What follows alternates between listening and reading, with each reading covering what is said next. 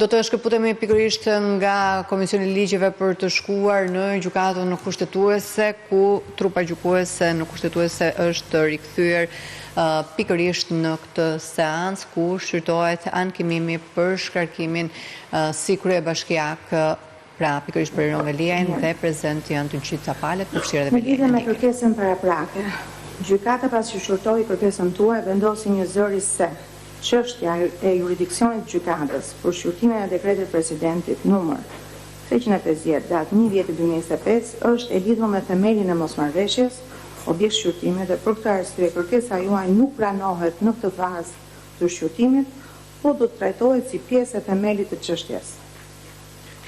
Gjykata sjell në vëmendje se vendimi i mbledhjes gjyqtarëve i datës 9/10/2025 që ju kundërshtoni është marrë gjatë fazës së shqyrtimit paraprak, fazë në cilën mbledhja e gjyqtarëve vepron në dhomë këshillimi dhe subjektet e interesuara nuk janë përcaktuar ende, prandaj nuk mund të thirren për të dëgjuar.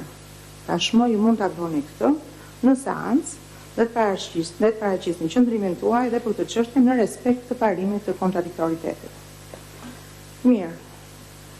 Kemi kërkesa tjera? Duket sikur nuk ka.